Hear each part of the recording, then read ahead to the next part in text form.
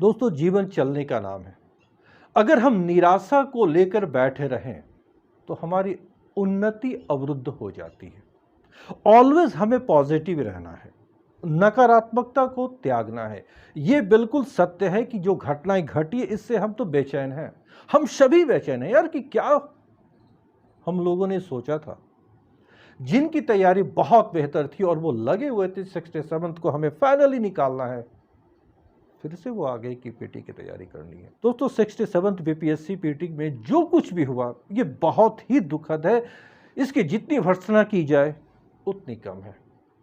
एक अच्छी बात निकल कर जरूर आई है कि आयोग के स्तर पर और सरकार के स्तर पर नींद खुली है और हम उम्मीद करते हैं, हम सभी ये उम्मीद कर रहे हैं कि सरकार और आयोग इतनी कठोर कार्रवाई करे इन लोगों पर ताकि आने वाली कई पीढ़ियां ऐसा सोचने की भी हिम्मत ना करें।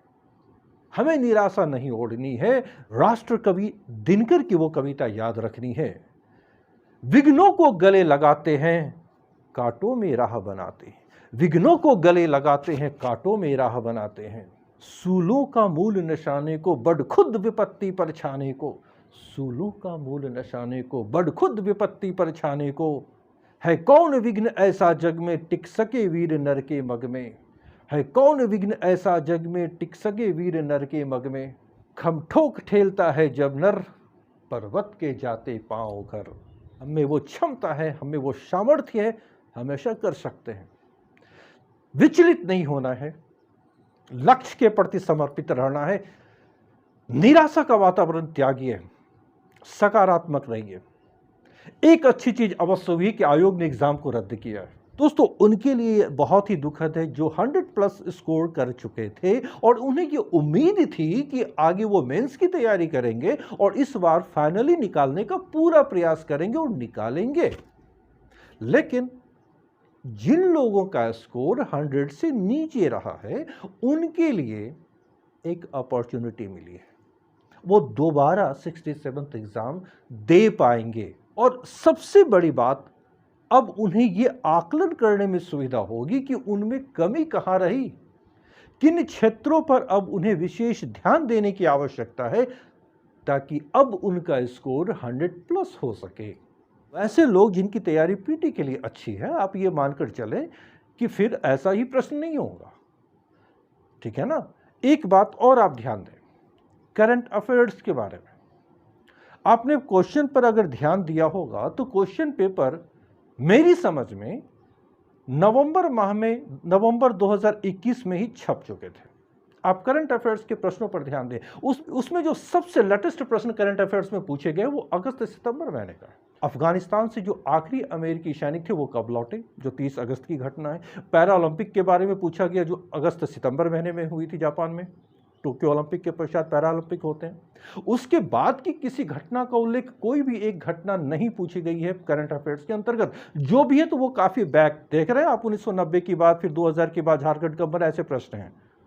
तो इसका मतलब ये स्पष्ट निकल कर आ रहा है कि क्वेश्चन पेपर की छपाई नवंबर तक हो चुकी थी, क्योंकि दिसंबर में पहले एग्जाम होने वाले थे, फिर बढ़कर जनवरी हुआ और फिर मई चला गया।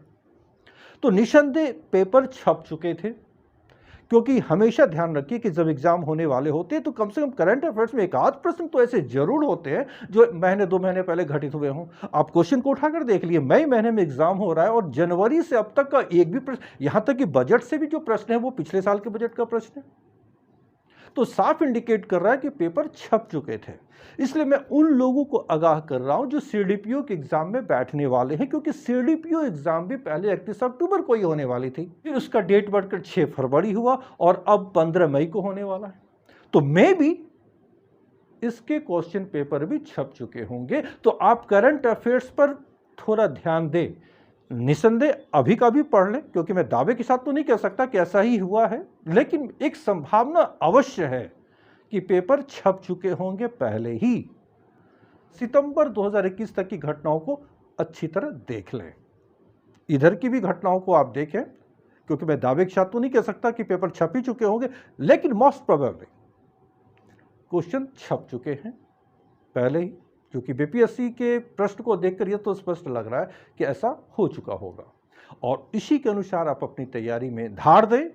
घबराए नहीं, और जो 67th को फिर से देने वाले हैं, मनोबल को ऊंचा रखें कि कुछ भी कर ले बीपीएससी, हम में वो क्षमता है कि हम क्रैक करके रहेंगे। वो डाल तो मैं पात, झुकेंगे नहीं, टूटेंगे नहीं, मंजिल को हासिल करके रहेंगे। जिन लोगों का जो सेक्शन वीक है आप उस पर फोकस कीजिए, ध्यान दीजिए, और जिनका बिलो 100 है वो पीटी पर अभी पूरी तरह फोकस करें और पीटी को निकालने का प्रयास करें ताकि आगे मेंस का अनुभव वो ले सके। और जिन लोगों की पीटी की अच्छी तैयारी हो चुकी है वो काइंडली साथ साथ मेंस को भी टारगेट करके चले, क्योंकि आई थिंक आफ्टर पीटी आपको अधिक वक्त नहीं मिलेगा मेंस की तैयारी के लिए। इसलिए आपकी रणनीति ऐसी हो कि आप मेंस की तैयारी तो करते ही रहे, साथ साथ पीटी का रिवीजन भी करते रहे, ताकि इस बार किसी भी तरह की कोई कमी ना रह पाए और आराम से आप 100+ स्कोर करके आए।